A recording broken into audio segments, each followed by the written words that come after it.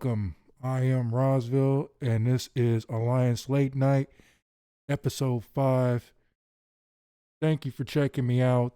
For everybody who's been checking me out the last few episodes, appreciate it. Appreciate the feedback, the shares, the comments. Good stuff. It seems like I'm getting picked up pretty good in this microphone with this thing on, but I will not keep this face covering on, this rag over my face. But I just had to, you know, keep it gangster for the National Wrestling Alliance one time. You know what I'm talking about? Yeah, kind of winging it this week.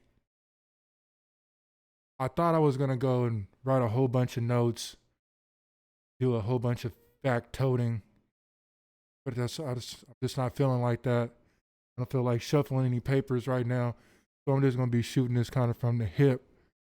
But as you saw in the opening there, hardest working champion.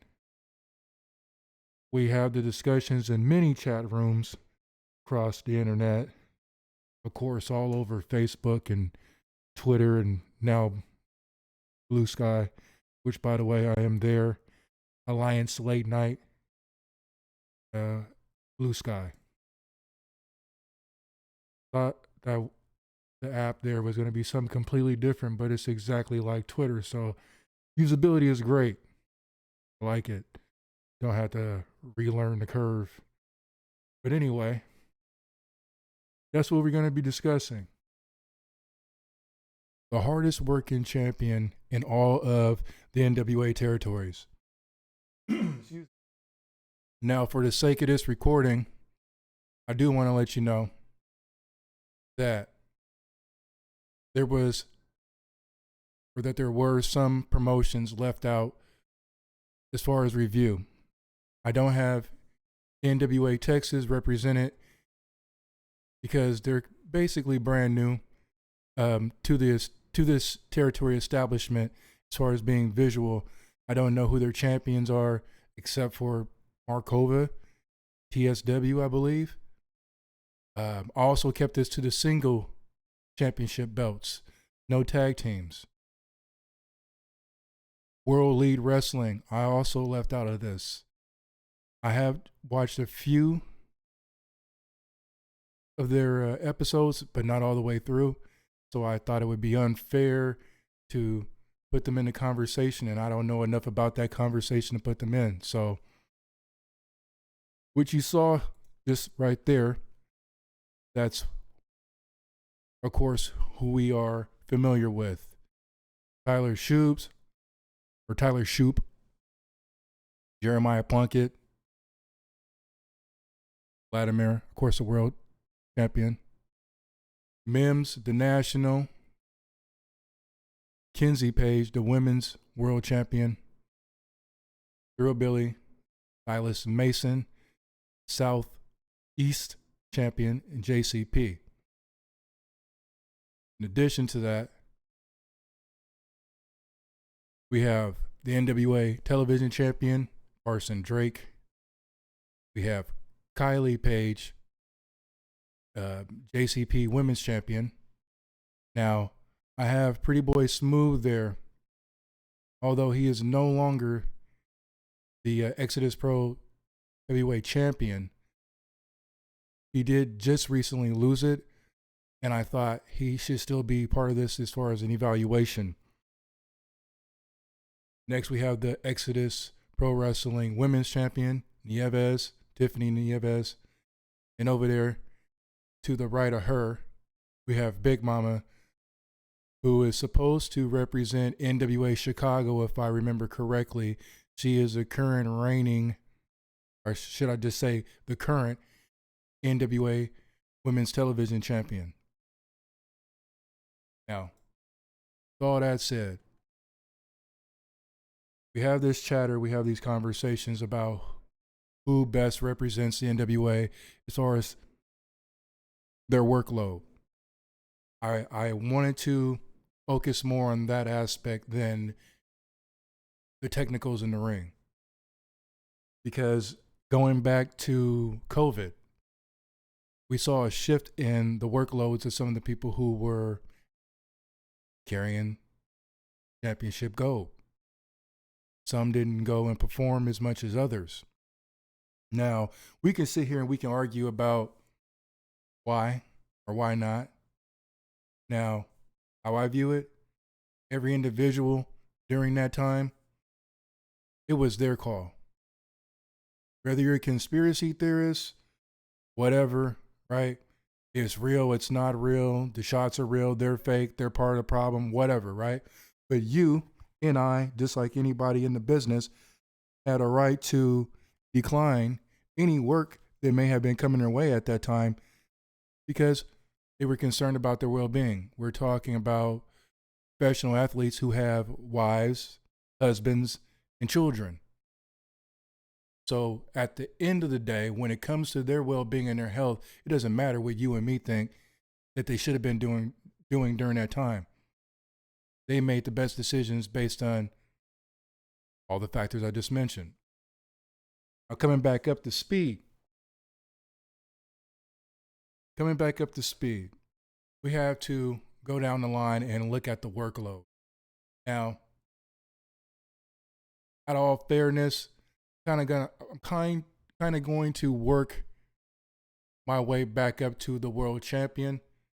So we're going to start this with Big Mama. Is she the hardest working champion in the business? Or, in the NWA territories? Inconclusive. Now, if you go and check out her profile, you can see that she's made her rounds after winning the championship in Chicago. But for us, the NWA fans, the NWA viewing public, we've yet to see her. Now, she is scheduled to make an appearance, UWN Championship Wrestling from Hollywood.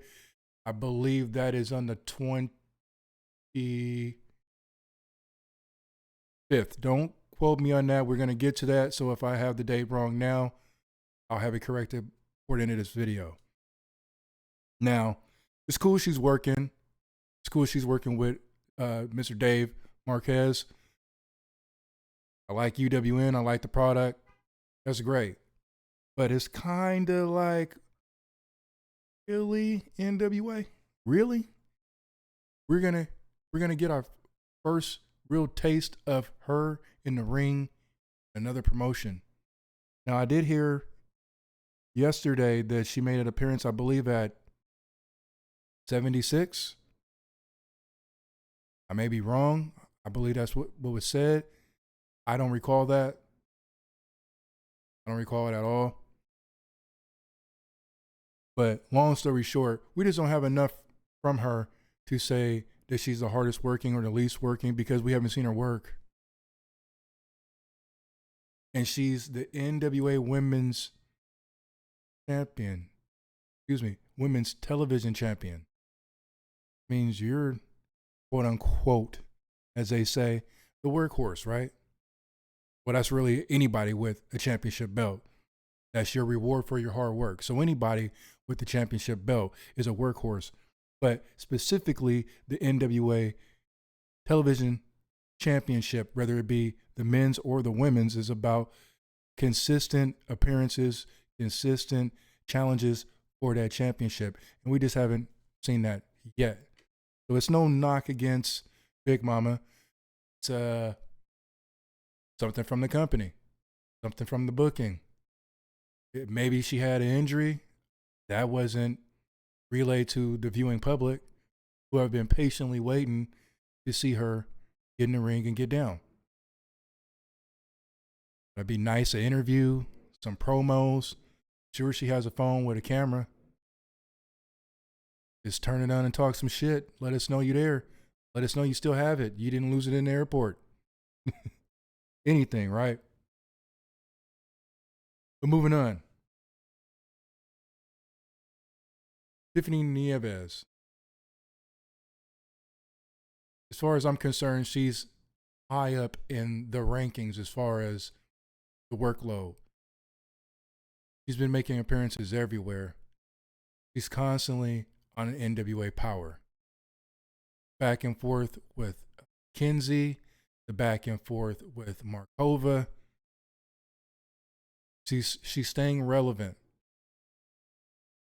and that's what we want as a viewer. We want to see the champions either on the microphone talking bad about somebody, the opponent, on their microphone telling us about the next event where she's going to be. From a business side, that's what you're supposed to do as the champion, is build up to whatever events are coming down pipeline, so that we as a viewers, we get pumped about that. We're supposed to be excited about that by seeing good promos cut. We've gotten that out of her. So she's high up in the rankings as far as carrying the workload and looking pretty good doing it. Now, I want to say recently, but I don't know how recent or not it was, because taping schedule is 2 up, 1 back, one up, 2 back. I don't know. So sometimes I'm watching and I'm a little confused where we're at in the timeline. And we had this discussion yesterday on the Alliance blog with the Alliance guys. It becomes challenging to know exactly where we're at, but nonetheless, again, she's still keeping herself relevant. The company, Corgan, sees that it's important for her to do so. So, much as we as fans, especially hardcore NWA fans, give Corgan a lot of jib jab. That's a good thing that he's doing, because she's one of the top athletes across all the territories. Moving on to Kylie Page, NWA JCP Women's Champion. I've seen her in JCP. That's Joe Kazana Promotions, for anybody who hasn't watched the NWA in many, many years. There's another JCP, that's Joe Kazana Promotions, based out of Tennessee. Now, when I've seen her in ring, I don't have any complaints. Again, this is really not about technical side, in ring transition type of thing. It's more, am I seeing this person on a regular, consistent basis, where at some point it's going to make sense for them to see certain challengers. She's up there, but she did have an injury that occurred. Please correct me if I'm wrong at any point out there in the comments. Most of y'all that are watching me, we already chat in other channels, so I don't mind the critique. Shit talkers, whatever. But if I'm getting any of this wrong, let me know. But Kylie had an injury that took her out of the picture for a little bit, and now I think she's starting to come back around and get back into the flow of things. So I wouldn't give her an inconclusive. I would say prior to the injury, she was moving and grooving. Just like with the whole pretty empowered thing and all the rest of that, they were making moves, and that's why they had to go. That's why she has to go now.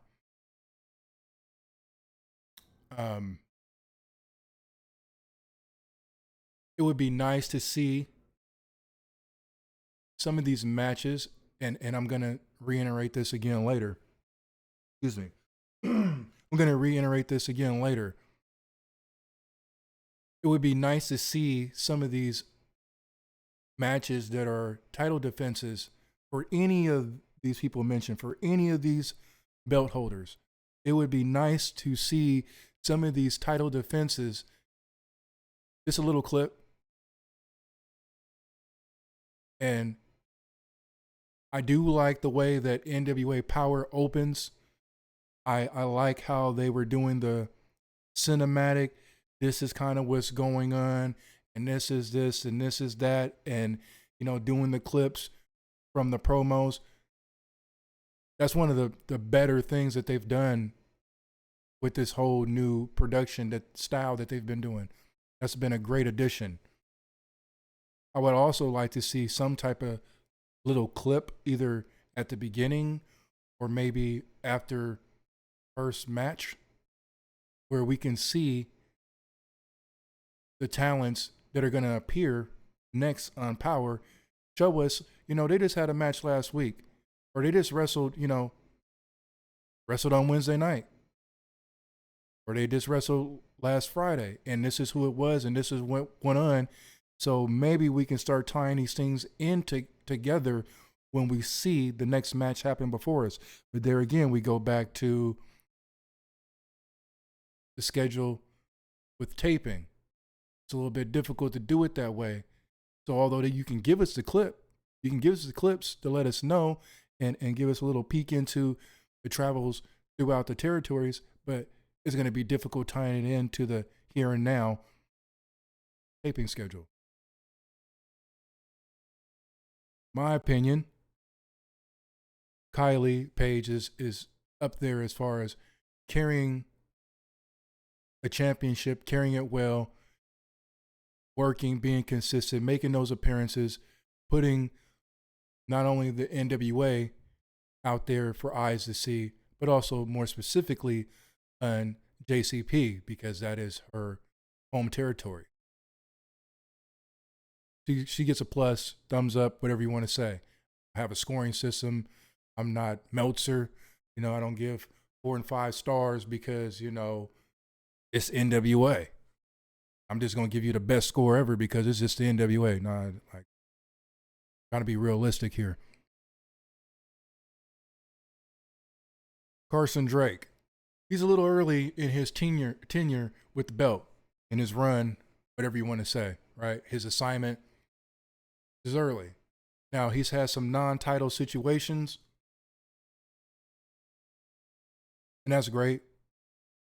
I would actually like to see more non-title, non-contender matches. What I mean by that, classic NWA, right? 80, 85, 86, 87, 88 before buyout and all that stuff happened, right? We had the guys who were the no-namers. I'm going to call them no-namers because it's disrespectful to call anybody who has proven himself worthy to be in the ring a jobber. We're not professional wrestlers. I'm a podcaster. We're a wrestling fan, and it's not our position. So I'm trying to not make a habit of calling anybody a jobber. But you know what I mean, right? You had the no-name guys who would have the matches with the belt holders. Now, if we have more of that, we would see these guys working a lot more so that we could go, okay, look at there's something building up. There's momentum behind this guy, whether I like him or not. There's momentum building up.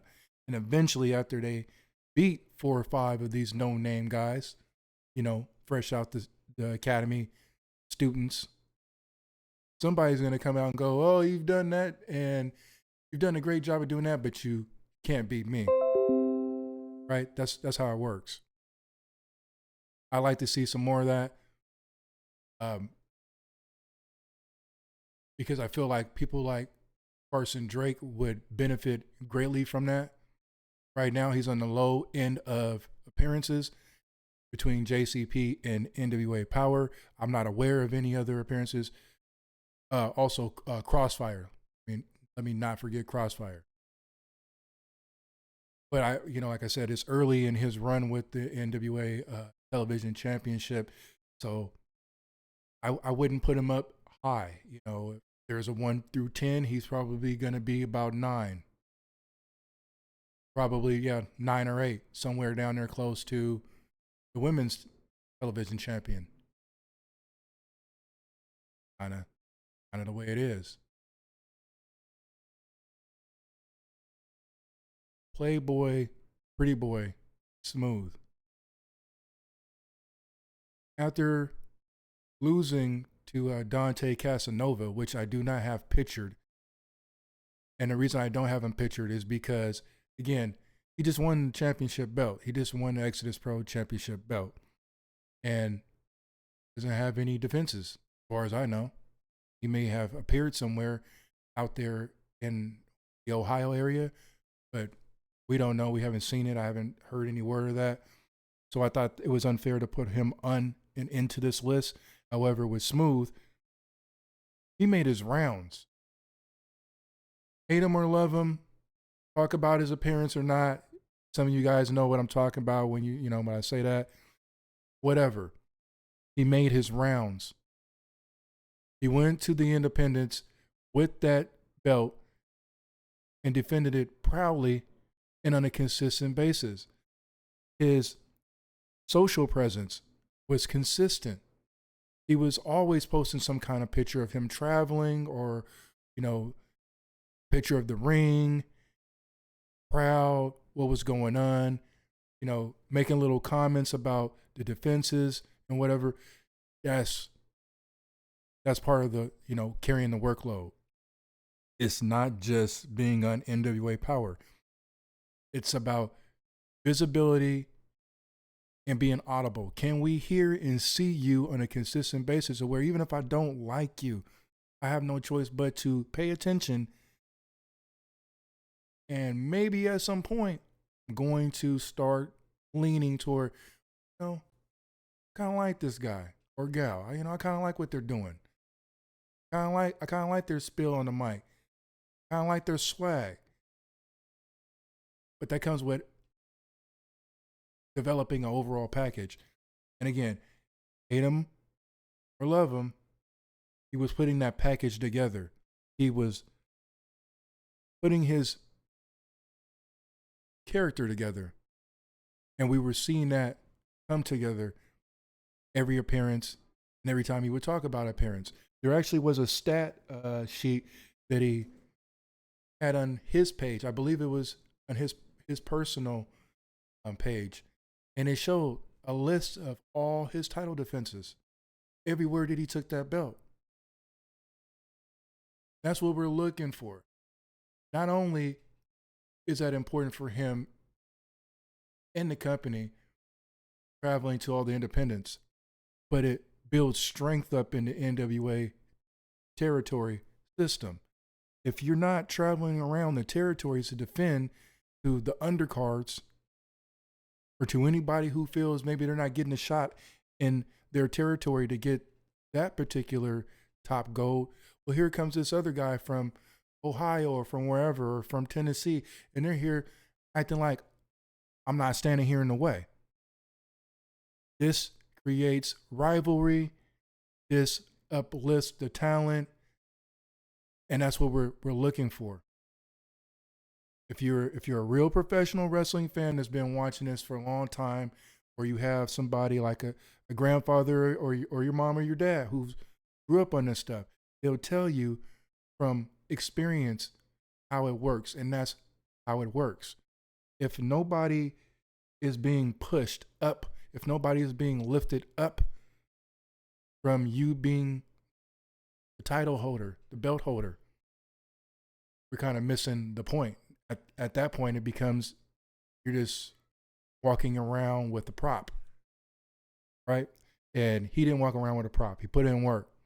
So commend him on that. Now, that is the first part of the list. And I purposely start there again because a lot of those folks, well, not a lot of them, a couple of them just don't have a lot of time with the belt. They haven't had a lot of time to establish themselves or create a track record for us to really go one way or the other. But again, if I was going to have a list 1 through 10 or whatever, women's television champion, she's number 10. She's at the bottom. Not because of technical skills or anything, just because we don't see her. Carson Drake would be somewhere between 8 and 9. Now I know that's going to move up because he's already in action. He's already building this consistency, and now he has a manager that likes to stay in the thick of things.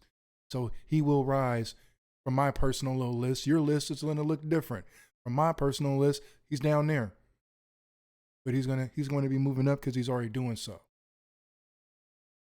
Now, I'm going to move on to a second part of this. Trying to keep my runtime fairly decent, looking good so far. I don't know why I'm acting like a producer and have all these time limits, or I got to cut to it. And YouTube. But anyway, structure, right? Structure and discipline. I gave myself a parameter. I'm trying to keep it a parameter for multiple reasons. Hard drive space. Got other stuff to do. I don't want to do this all night. Friday night, I want to have this done by the time SmackDown is done. Upload it. So everybody at the conclusion of that won't be distracted, and maybe I can get a little retention over on my channel. Doesn't that make sense? Moving on. The next set of champions here. Now, this is going to be hard for me to give them rank list of 1 to 10. It just, it's going to be difficult because, everybody here is making moves. Everybody on this next frame I'm going to show you, they're staying busy. And that's why they are the belt holders that they are, and with the particular belts that they have. Without any further ado, let's go ahead and go into Allah. Now,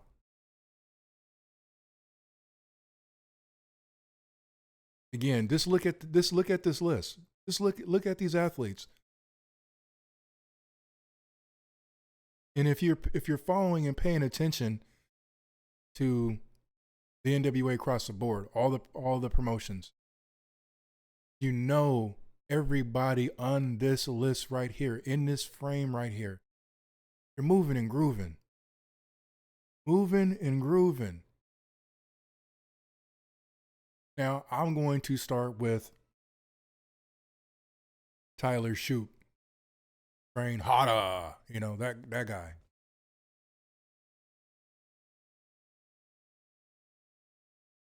Sometimes you're a witness to someone doing whatever craft they're applying to, right? And immediately you're going to be somebody. For me, that mostly is in the realm of music, whether it's a DJ, producer, rapper, or a singer. It doesn't take 2 albums to figure it out. It doesn't take 3 songs to figure it out. It takes 1 exposure, and then you can see it. You can hear it, and you know it. Tyler Shoop is that guy. From the first promo that I heard this guy cut, first time I seen him in the ring, you just knew something was there. He is not hype. It's not a game. It's not a gimmick. Train harder. It's not a gimmick. The guy is everywhere, winning championships, defending his championship, which is the NWA JCP Stud Championship. And that picture that I have there, this is really the first good solid shot of this championship belt that I've seen. So with that said, NWA, powers that be, ownership, bookers, commentary team, could you all please post 1 picture with all the gold across all the territory? This not even on the athletes, just the belts. Because it's difficult, first of all, to find these pictures so I can use them. But I'm just I like championship belts. As you can see in my frame here, I have one of my own. It's a thing. I want to see the championship belts.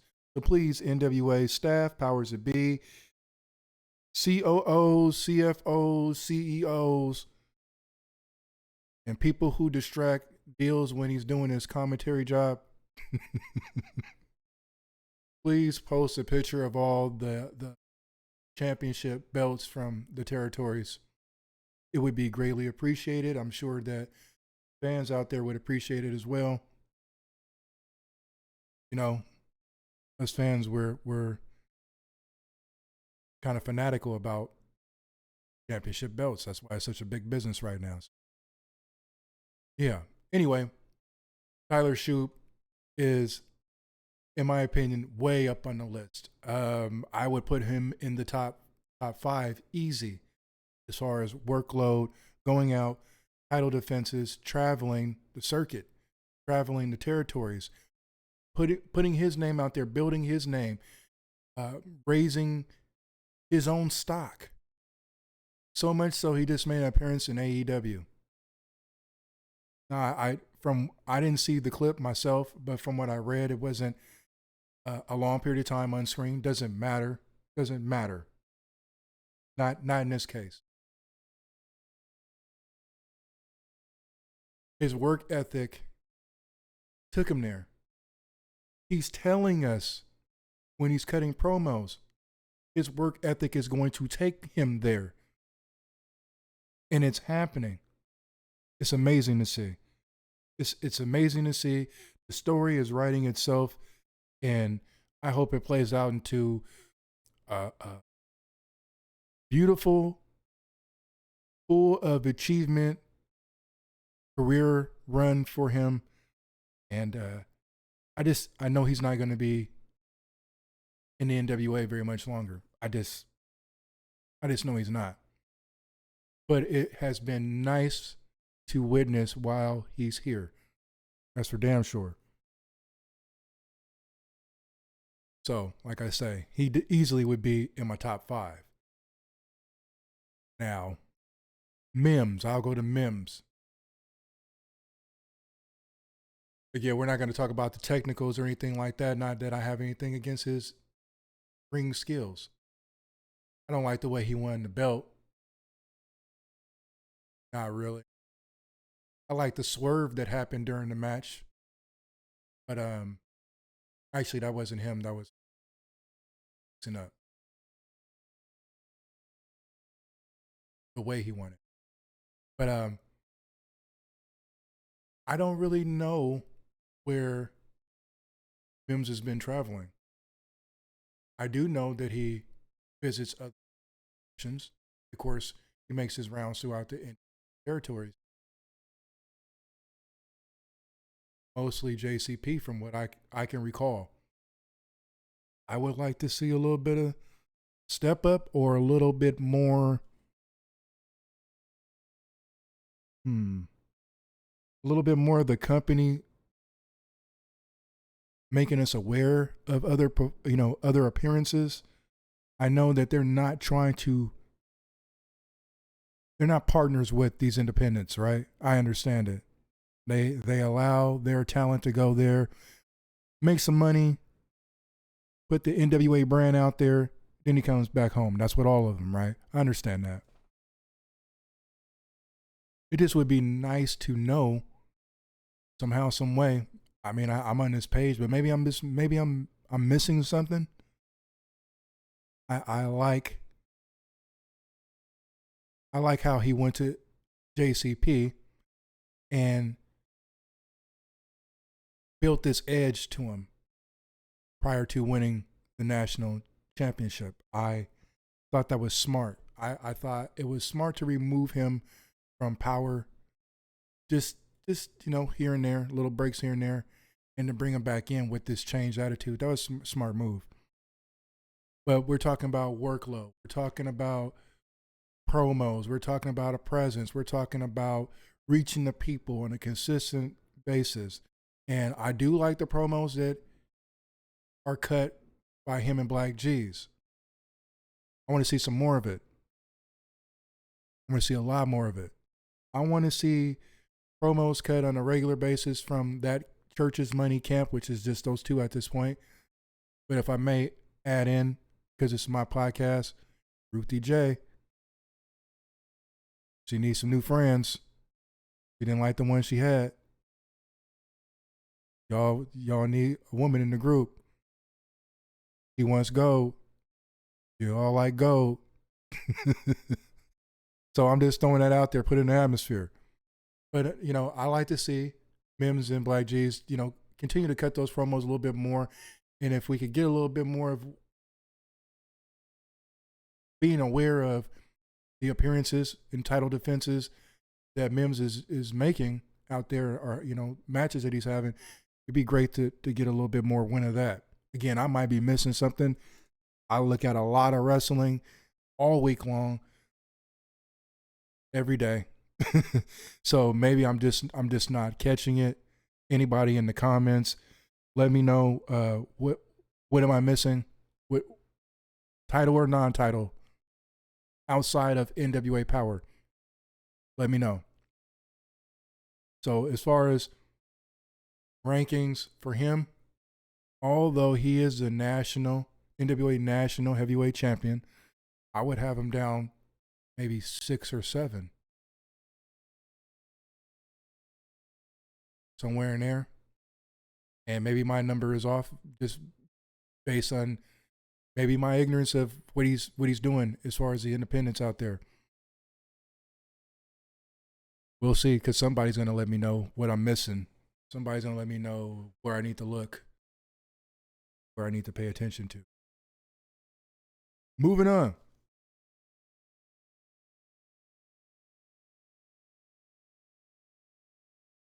The next individual I'm going to talk about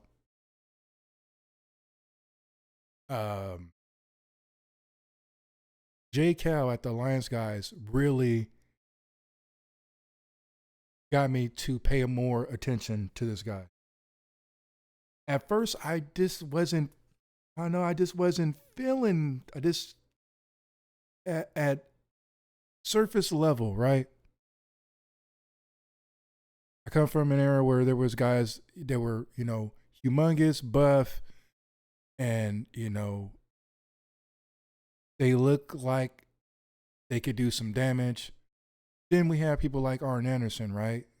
That's a classic example of, as we say, not a body guy, but put in work. And he's never, ever going to be forgotten in this professional wrestling industry ever, right? So after probably a couple months after being introduced to him and kind of getting a feel, I've come to see Jeremiah Plunkett as probably the hardest working champion in all of the territories. Probably the top. That's over EC3 during his run. That's over Silas Mason. Every time I look up, Plunkett is cutting promos. Plunkett is scheduled to make an appearance. Scheduled to make an appearance. Scheduled to make an appearance. Scheduled to make a title defense. And these promos that he's cutting on his own.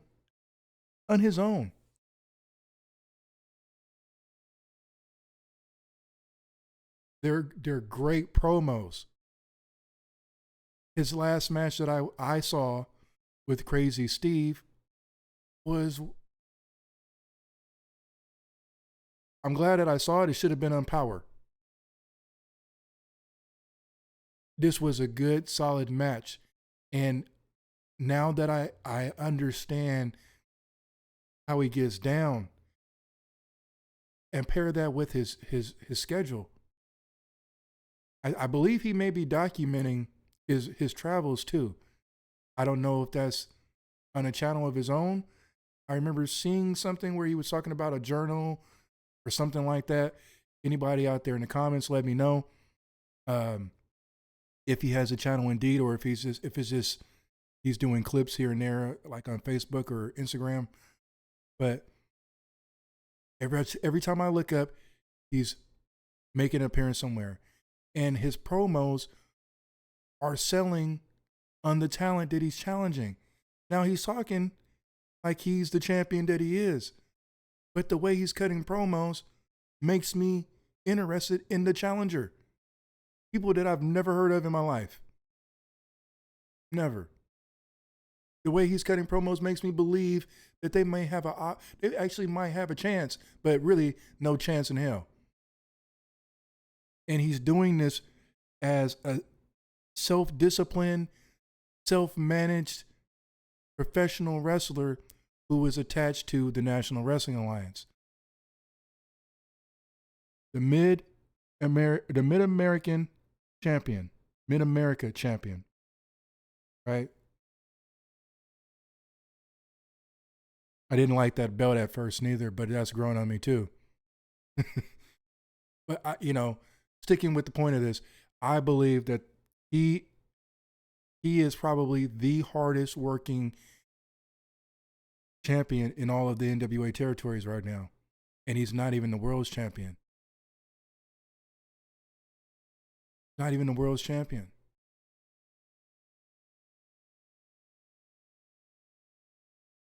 He's an example of what it means to be a defending, traveling champion. He's the definition of it. Now, with Latimer, who I'm getting ready to go see February 15th here. Not here. I'm not in Everett, but Everett, Washington is north of me. Minutes. He's made many appearances. I think MCW. Let's see. I do have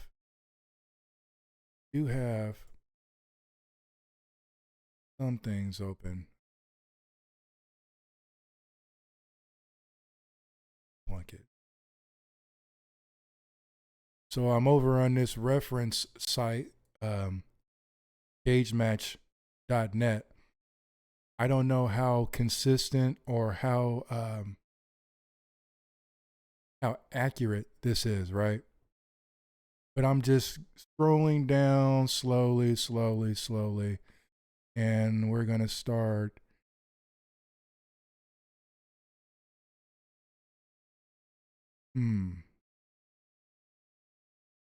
What is this? October 5th.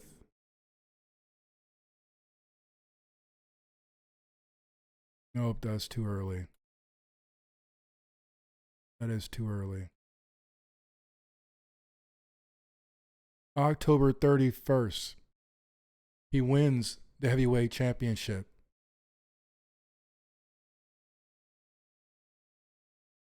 Then we have outside promotion where he challenges Silas Mason.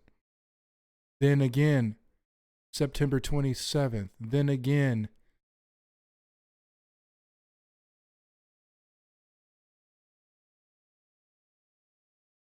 no, that was September 27th.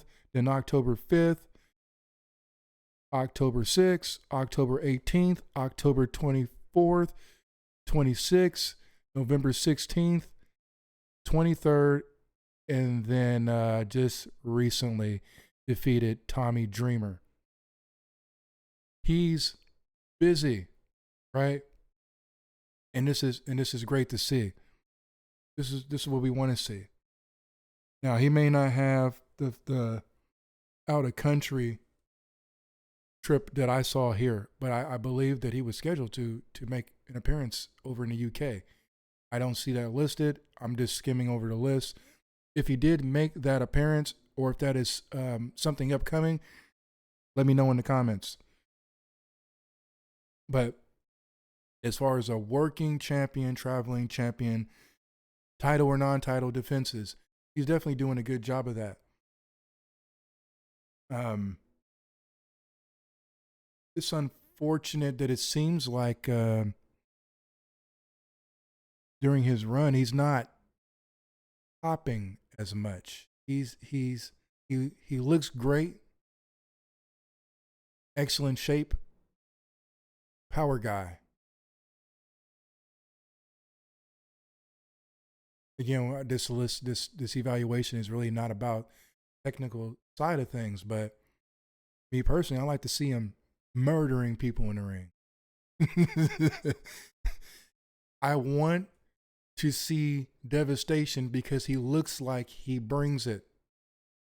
And when he's done, whole companies have to figure things out.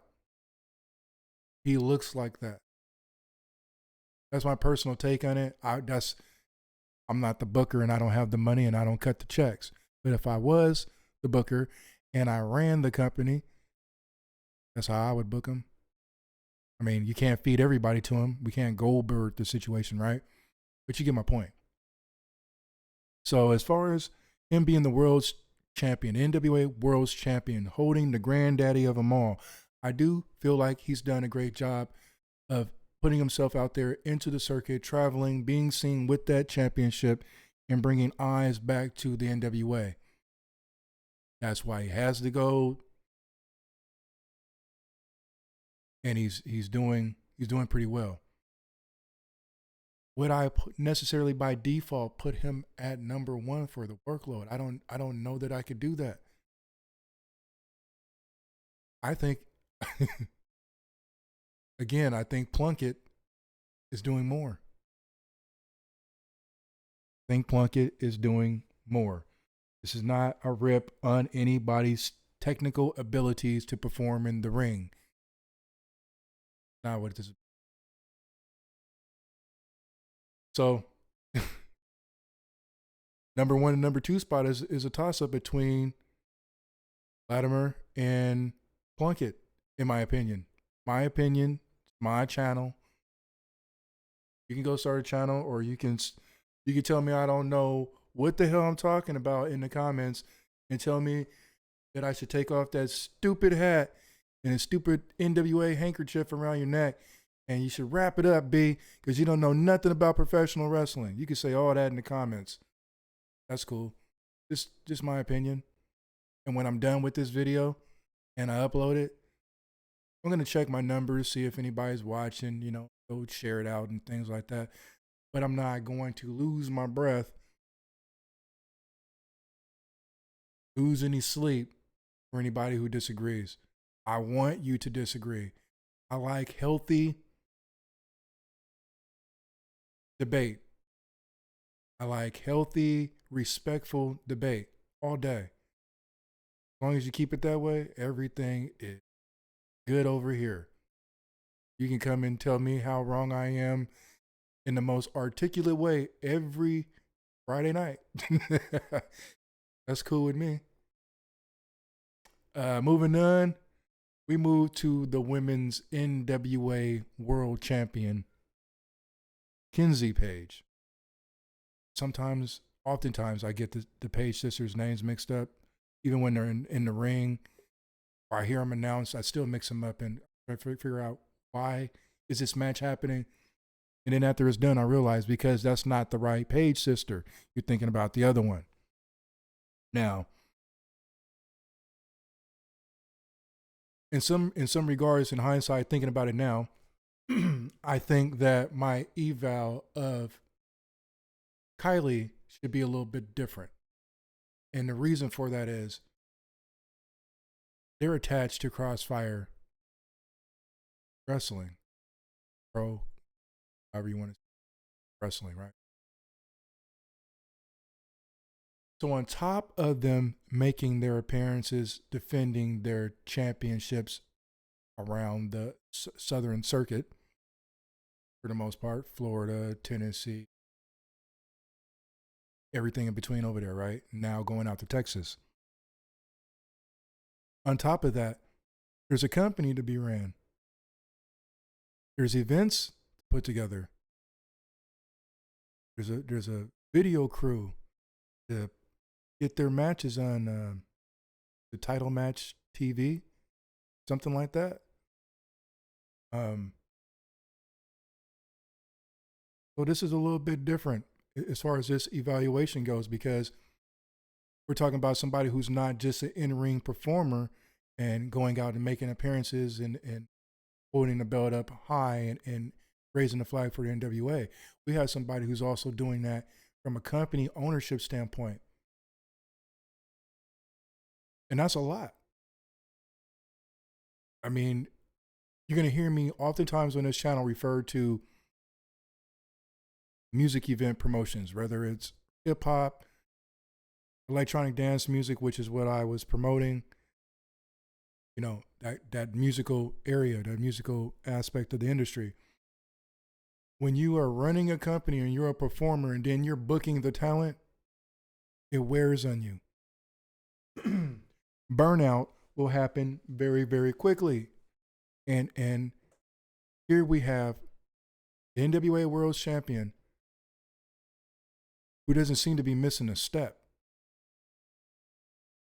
She's at TV tapings. She's putting on Crossfire events. She's wrestling Crossfire. They're wrestling in JCP. They're wrestling independents. They're on the go. And there's no way that can be disregarded in this evaluation. Just no way. That's a whole different, ball of wax, as they say. And many people will stay away from ever owning a wrestling promotion, just like an electronic dance music community. There's talents who will only produce and go DJ, but they will never start a company to put on concerts or festivals. It's heavy. It's a heavy load. And I was just a local regional guy DJing between here in Portland, Oregon, and putting on events at nightclubs, the holes in the wall, with what we would call undercarder, right? Local talent, non-producers, disc DJs. Putting these things together with 5 or 6 different talents, figuring out time slots, people not having vehicles, having to buddy up with other folks to get to the venues on time, making sure the gear is picked up, audio is set up, ticket takers, cash handlers, vendors. And then on top of that, you have to still go get up on the stage, which takes you more than just going up there and hitting the button, right? Just like it takes more than just going in the ring and you're going to put on this spectacular match just because you're in there. No, it takes planning, talking with the talent, you understand. I don't, we're already behind the scenes enough, but you get the point, right? It takes preparation for these matches on top of everything else that she's doing. So how do I not put Kenzie Page high on this list as well? It doesn't matter that she's a female. In this conversation, it doesn't matter. She's up there. If I'm to put Plunkett as my number 1, Vladimir as my number 2, she has to be number 3.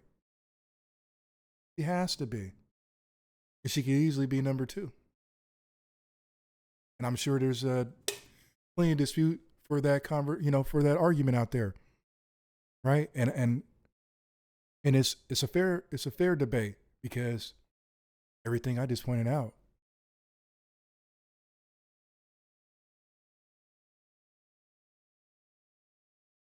We can even put EC3 in that same light. He runs Exodus Pro, and while he's running Exodus Pro, putting those matches together and their live events that air over the NWA YouTube channel, and then you're carrying on a back and forth with the NWA World Champion while you're trying to build up talent, while you're trying to help develop, while you're trying to market your own brand within the territories, but nonetheless, right? That's a lot. I think we have to be fair in a lot of our judgment. And this was said over on the Alliance Guys podcast yesterday, and I said this too. Like I have to watch a little bit of how I'm critiquing because I have to keep things in perspective. And sometimes as fans, we wrestling is suspended reality, and sometimes we forget reality too. So Plunkett my number one, Vladimir my number two, Kenzie Page my number three. It's crazy because we still have Tyler Shoop in there, who easily could be anywhere in there too. But he's going to be about 5 or 6. Which brings me to the Thrill Billy, Silas Mason. Guy's looking great here recently. Got in really good shape. He's cut, trimmed. He's looking motivated. His energy is a little bit revved up. That's great. He had a misfortune of a house fire before the new year. And I know that has taken a toll, can take a toll. Working hard, you're doing what you're supposed to do, and get hit with a fire and you lose things that you've accumulated through your hard work. That's enough to send people into a mental breakdown, right? But he's powered through, which I'm sure is based on a good support system inside and outside of the NWA, right? And that's great.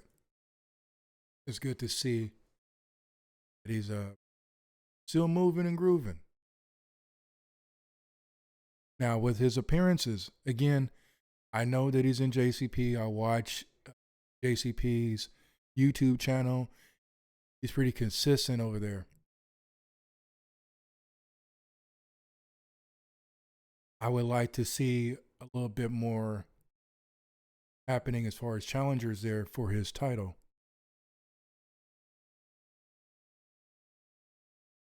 I know you don't want to do overkill and just open up the floodgates, everybody getting a title shot. Because what's the point, right? Everybody can. What's the point? Devaluing move. But I just like to see a little bit more of some solid no-namer guys. I'm going to use that phrase again, the no-namers. They can continue to, on a regular basis, make Real Billy look good. Because I feel like some moves are going to be made in the near future, probably, and I'll probably see Real Billy back in the NWA Championship picture, not that the national title. Outside of JCP in power, I'm not exactly sure where he's having matches at. I just went to his page 2 days ago. I didn't saw some things around the holidays, toy drive, workout pictures, things like that. But I don't recall seeing anything that said that he just defended over here or he just had a non-title match over here and company A or company B or company C outside of the NWA. I didn't see that. Is it necessary for that to happen in order for you to be high up on my list? No. If you could just be traveling back and forth throughout the NWA territories itself, just the promotions within it, and be high up on this list. It doesn't have to be outsiders. But I haven't seen it. So I'm going to say inconclusive as far as evaluation with does he carry the workload to be considered the hardest working champion in the NWA territories? I haven't seen enough, I haven't seen enough, or I don't know enough. And I think that's fair because I like Thrill Billy, and I'm not going to knock him in no way, shape, or form here on my channel because I'm not aware. That's unfair, right? And I'll look like a moron making that case, and I just don't know. And then you guys come and watch the video and tell me, yeah, well, he's had 17 matches since December 5th, 2024. you know, I don't I don't catch everything. Like I said, I watch a lot of wrestling across the whole spectrum, all from NWA to the WWE to the NAWA to Defy to TNA to some stuff I catch at random. I hear about New South, GCW, Hog. Did I already say Defy? Defy here in Seattle, Relentless over in Eastern Washington. I just learned of Peak Wrestling in Everett, which is where I'm going to be going to see Latimer. I'm just all over. I'm all over. And it's just me doing the fact toting around here or jotting down notes as I get ready to start recording. So for now, inconclusive. I want to hear you guys and what your argument may be as far as who you think is the hardest working champion. Not the best. We're not talking about who can do the best arm lock, the best drop kick, or the best power bomb, or the best hip toss. We're talking about workload. Who's carrying the workload the best? Who's putting themselves out there in such a way that they're positioning themselves for greatness? Give me your opinions. One moment.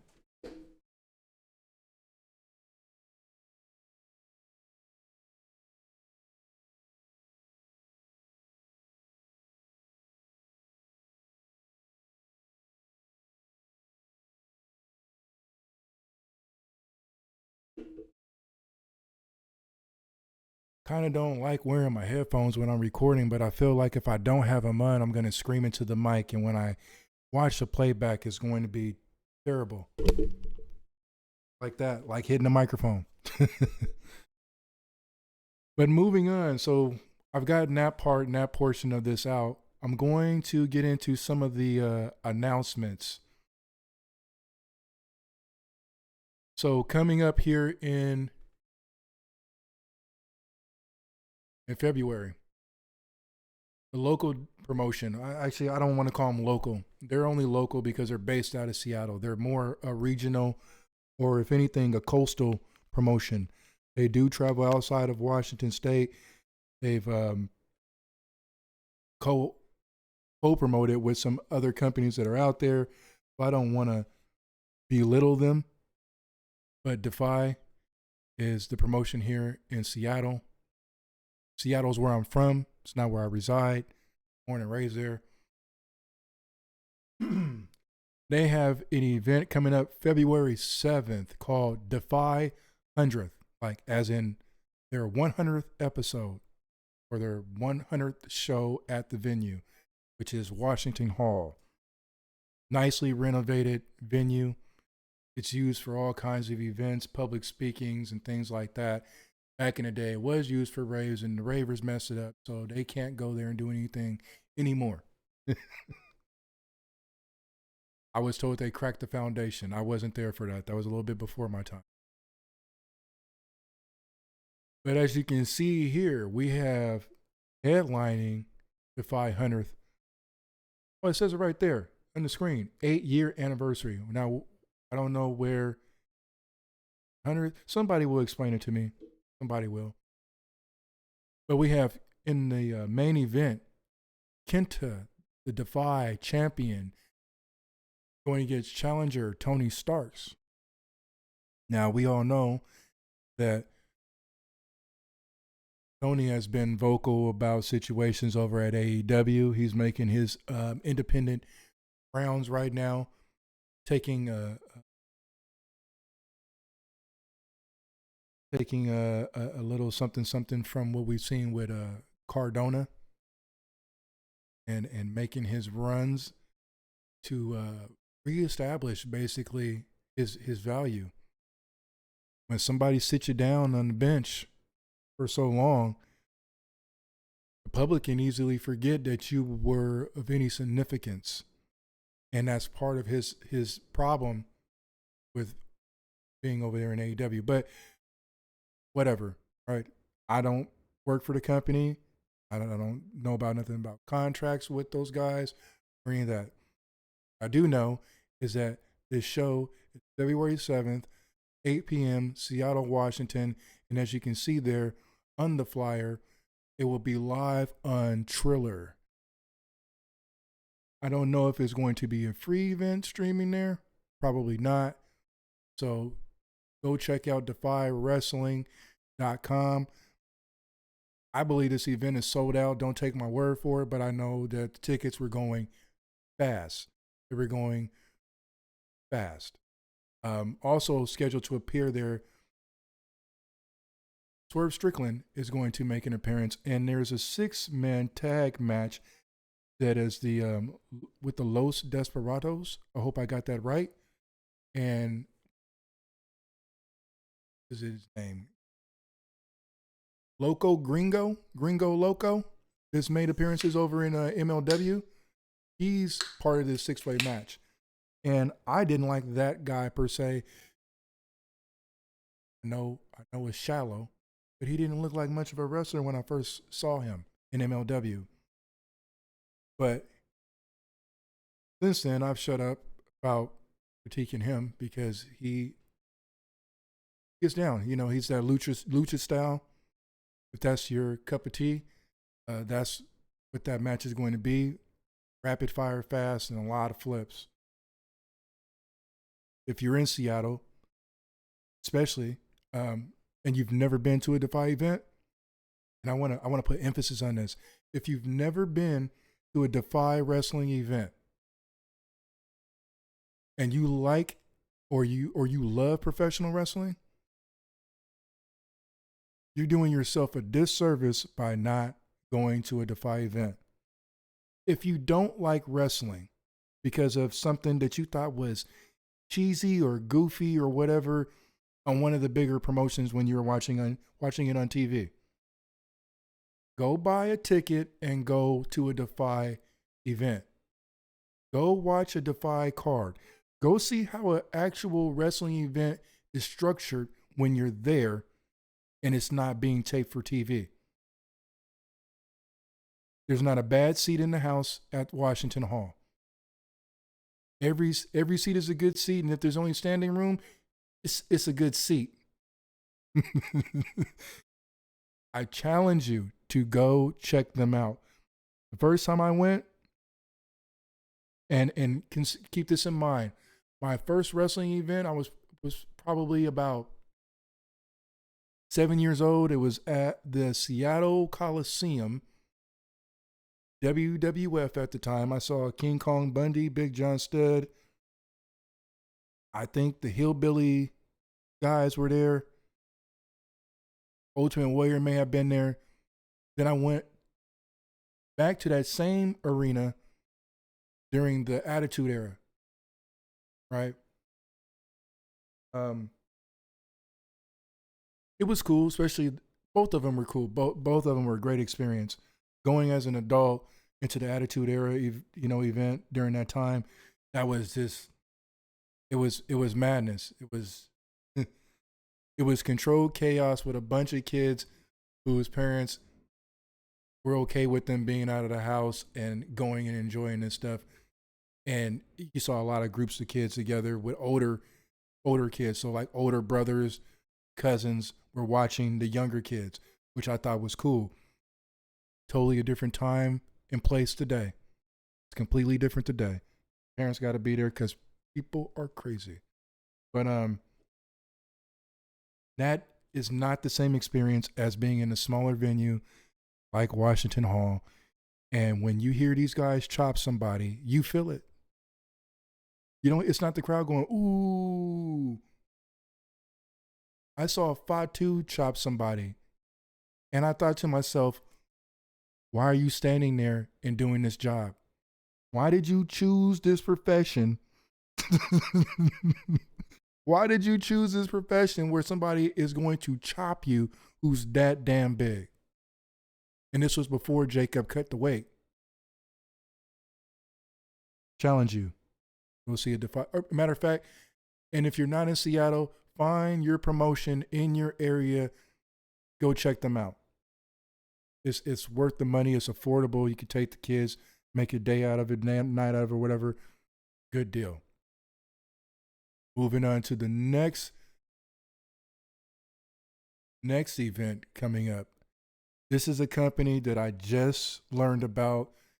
They also are going to be vendor at the Portland Wrestling Expo happening February 22nd. So my month with wrestling has never been 2 events in a month. So here we have it. Latimer going to be challenged. Peak Entertainment is the name of the company, but Peak Wrestling is the brand. I believe. If I'm getting that wrong, let me know. But I believe it's called Peak Wrestling, ran by Peak Entertainment or Peak Wrestling Entertainment. The venue that this is going to be held in is literally just about 2.5, 3 blocks away from where I used to live in the city of Everett. I've been all over Washington. Well, I've lived up and down I-5 corridor. Let's put it like that. Many, many places. And at one time I lived in downtown Everett, and I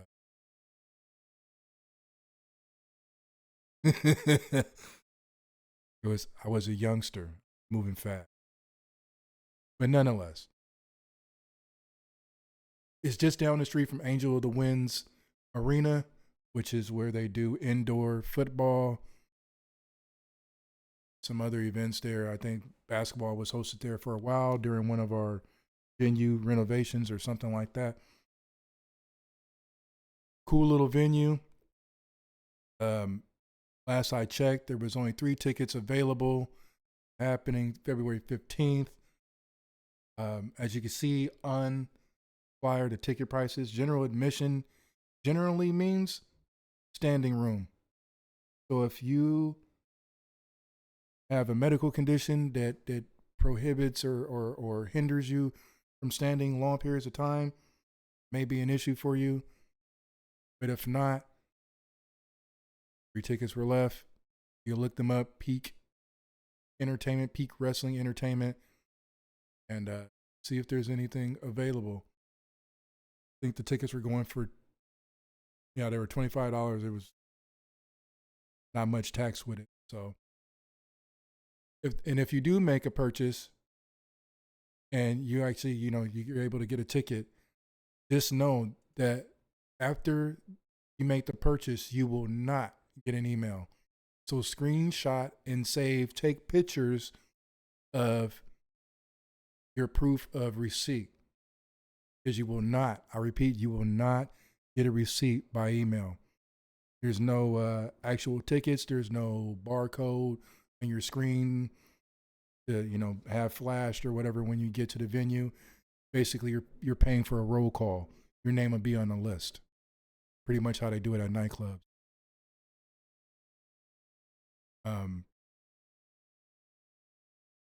This is a big deal to me, not just because it's just another wrestling event or whatever.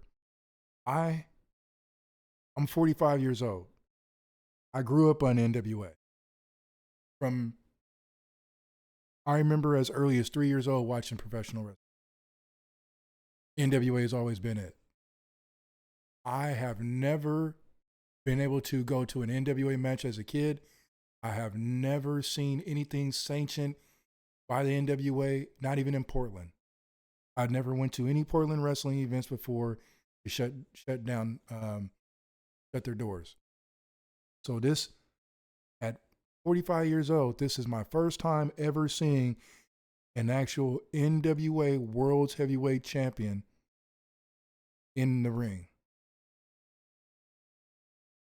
You remember all those years of watching the NWA, and they would tell you all the cities that they were going to.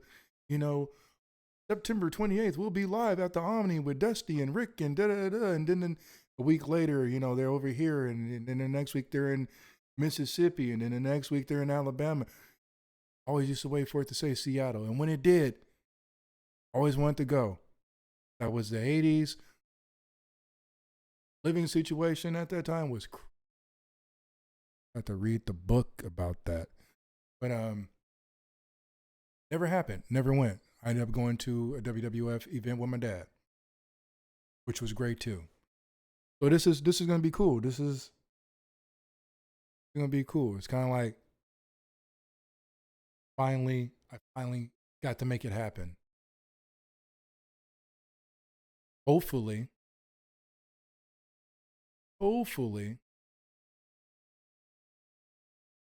Portland wrestling, when it reestablishes itself, know more about February 22nd when I go to PW Expo down in Portland. Hopefully, they rejoin the NWA. That's kind of a whole other episode. For those of you who don't know, Portland wrestling, also known as big time wrestling at one point, was established before the National Wrestling Alliance was established. Once the NWA was established, Portland wrestling was one of the original territories to join, and the main Pacific Northwest territory. I've wrote a bunch of stuff about it and shared some things on my Facebook, Alliance Late Night at Facebook, and I share a lot out from Portland wrestling. I don't have any inside information or anything like that. I'm just a guy who loves professional wrestling, specifically classic NWA, grapple, catch can, belly to belly, body slam, hip toss, real professional wrestling. But I hope, it is my hope, that Portland wrestling within a year or two rejoins the NWA. There's heritage there. There's a long history that is documented. Like I said, I share a lot of that stuff out on my Facebook page. You see it and you're not aware of the history of Portland wrestling, check it out. Also, look for links to Portland Expo happening February 22nd. Now, lastly, before I go, up over hour mark, which is time is good.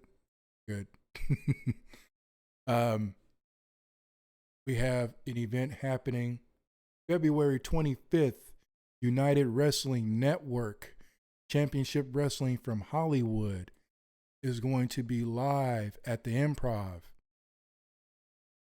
Now, as you can see there, we have Danny Limelight, DKM's favorite, Zicky Dice. If you watch the Alliance guys, that's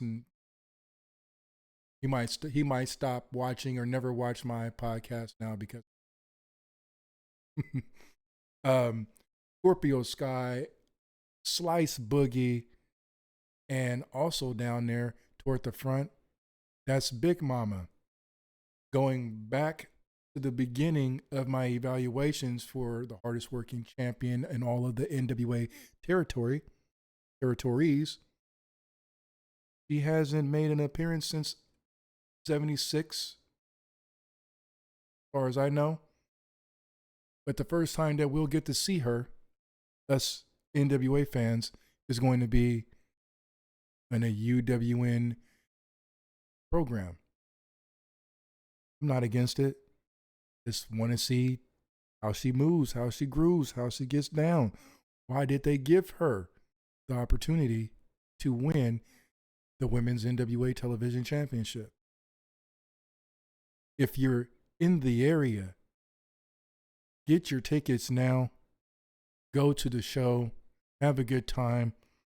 From what I gather, watching prior events before operations kind of ceased for a while for UWN, the improv crowd is live.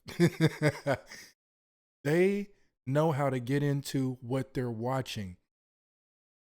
It's amazing. And while I'm at that, let me just say, studio wrestling is great. I have nothing against it. But you need to make sure that you have enough seats so that we can get a decent buzz from the crowd and participants that are in the crowd, particularly for the National Wrestling Alliance. Make some noise. Act like you want to be there. Act like you want to see them do something that they're not doing. When you don't like what you're seeing, let them know. When you like what you're seeing, let them know. You are, as the fan in the crowd, what we would say the 12th man, right? They feed off of you. If you seem like you don't know what to do, who to cheer for, whatever, it doesn't come off good. Maybe NWA needs to get Bush as a sponsor again. Get you guys riled up. Sitting here watching the episodes, are they happy to be there? Because I would. And unless security tells me that I have to be quiet, I'm yelling, I'm shouting, I'm yelling about what I like, I'm booing about what I don't like. I'm gonna say it my way, and I hope that the rest of the crowd joins in, because that's our job as fans. I wanted to put that out there because sometimes I just watch the crowd in the studio, and it's just, if you guys made some noise, either because you're pleased or because you're not, you helped shape what's happening.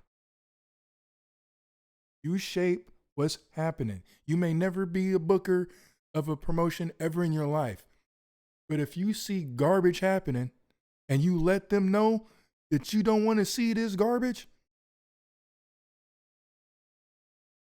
or if you see two athletes in there giving you top-notch 5-star performance, let them know. And if you don't know what to cheer for, let them know. Anyway, again, February 25th at the Improv down in California, Los Angeles area. Doors at 6:30, bell time 7:30. Tickets available at improv.com/Irvine. Wait a minute, there it goes right there. It's in Irvine, California. Reading is fundamental. Get your tickets. Go support. Go support. These guys have been, excuse me, out of circulation for a little while. I'm glad that they're back. Championship Wrestling, Derby City, UWN, Danny Limelight, Slice Boogie the Bodega. What was the guy? Cruz. I like Cruz. The last guy who was a TV champion, like him too. See, I'm kind of out of practice with the promotion, but that's all right.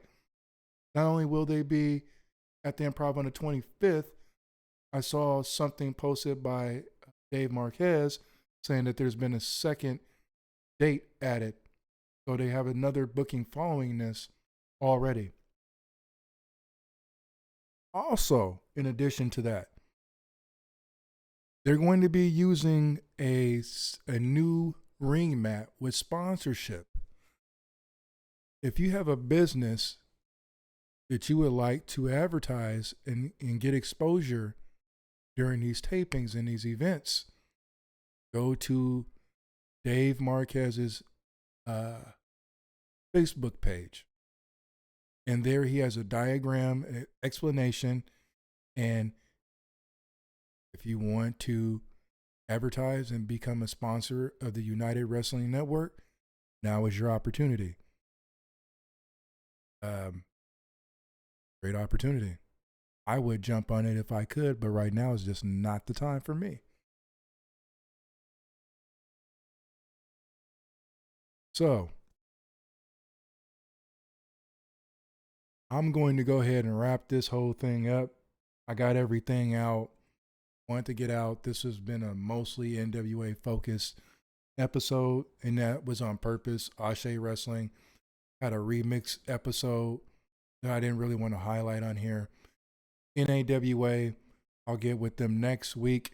I'm looking to make some ties with the company and possibly start doing some interviews with some of the athletes there. We'll see how that comes along. I'm going to be doing some testing throughout the week, figuring out how to bring the guests on because I've never done that before. But I saw some videos and some explanations. It's not rocket science. Hopefully I can get that hooked up and sooner than later, I can start doing some periodic interviews with some of the talent that catches my attention. Some people that I think deserve a little bit of the spotlight. Also, you will continue to see more improvements on this stream, on this podcast. I do everything myself because that's just the way that it works. I do everything myself to the best of my ability until I've reached the end of ingenuity, my knowledge base, to say that. And then I reach out. Because by then, I've already put enough work in and sweat equity to show whoever I'm going to be asking for help that I'm serious about what I'm doing. Don't ever ask people for help if you're not helping yourself. It's a rule of thumb. Look like a bum. So I will be working on a website. Currently am the owner of AllianceLateNight.tv, and I just wanted to get my catalog, or whatever you want to say, my video collection, put a dent in it first. So when I reach about, between 10 to 20 videos, I'll start kind of promoting that when that's going to be released to the public, uploaded to the public. And I don't want to give too much away about what to expect from the website. But I will say there definitely will be exclusives on the website that will not be on YouTube. Because over on my platform, I can do and say whatever. I can place advertisements wherever I want to. I don't have to worry about monetizing because I got to wait until I get to a certain number of watch hours or subscribers. I can just go in right from the gate. And I've owned other websites. I own another website. Ran an internet radio station. It's still up and going right now just as a blog. I have a freeze on the stream. But I've done this. I'm not brand new to this. I'm just getting reestablished as far as being in front of the camera and things like that. People think, well, you like DJing. You're kind of like cool with being in front of the camera. Not really. Not all the time. Not for the fame. I'm not looking for fame or whatever. Not necessarily. I could do this behind some pictures like some of these other wrestling podcasters that know everything because they're super duper smart and they just know it all, right? I could be like that, but